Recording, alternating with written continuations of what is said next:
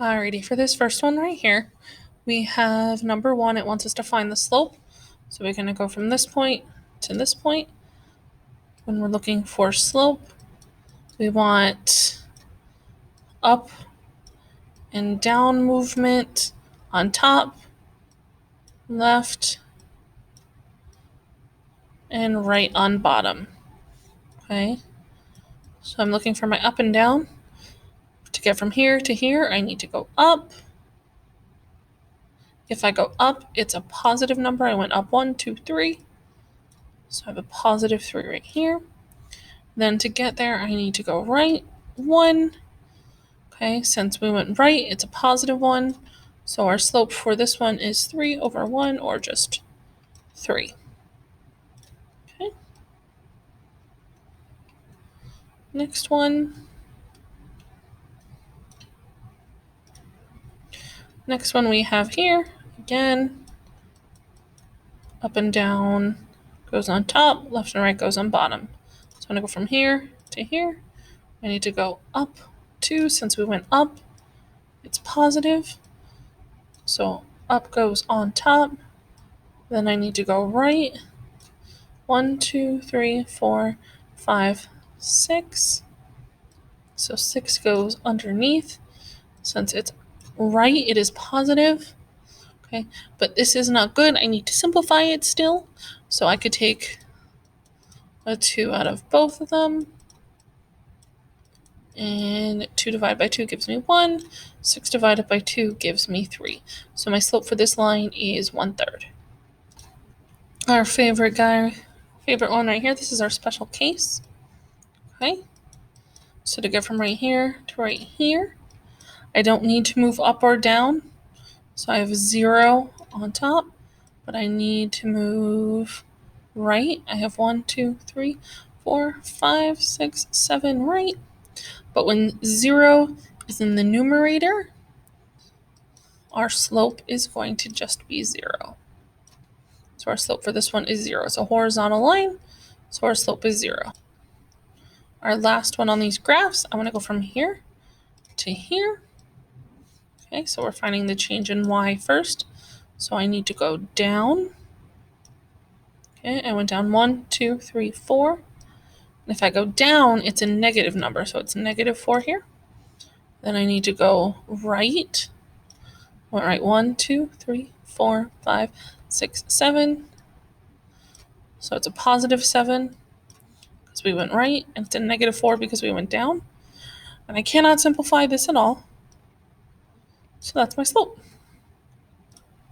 Now we're going to go into finding the slope given 2 ordered pairs. First step that you're going to label them.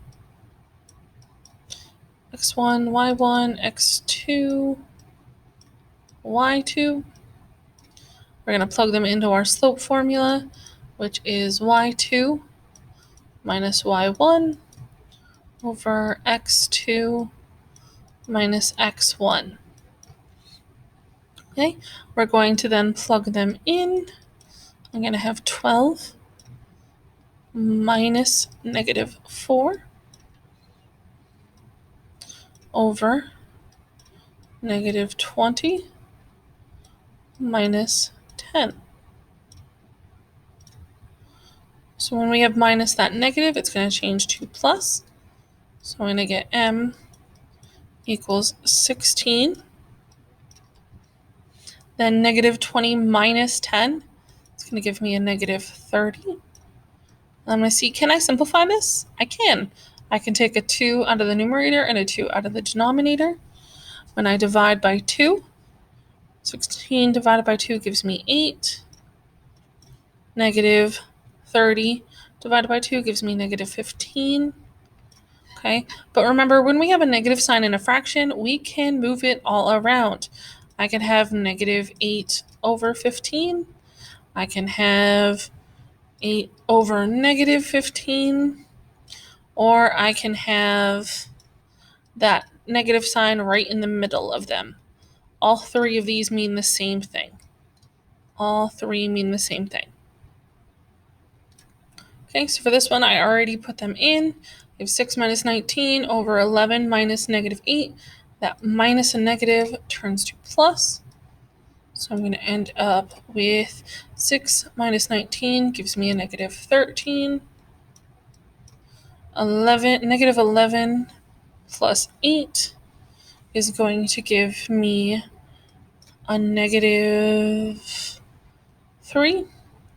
But I can simplify this more. Negative over a negative gives me a positive 13 over 3. Okay, that's our answer for number 6. Okay, for number 7, I already plugged it in. I have 7 minus negative 18 all over negative 20 minus 5. But I have this minus a negative. When I have minus a negative, that turns to plus. So 7 plus 18 gives me a positive 25. Negative 20 minus 5 is going to give me a negative 25. I have to ask myself, can I simplify this? And I can simplify this one. 25 divided by negative 25, I could take a 25 out of both of them, and I'm going to be left with negative 1. So negative 1 is our answer for number 7.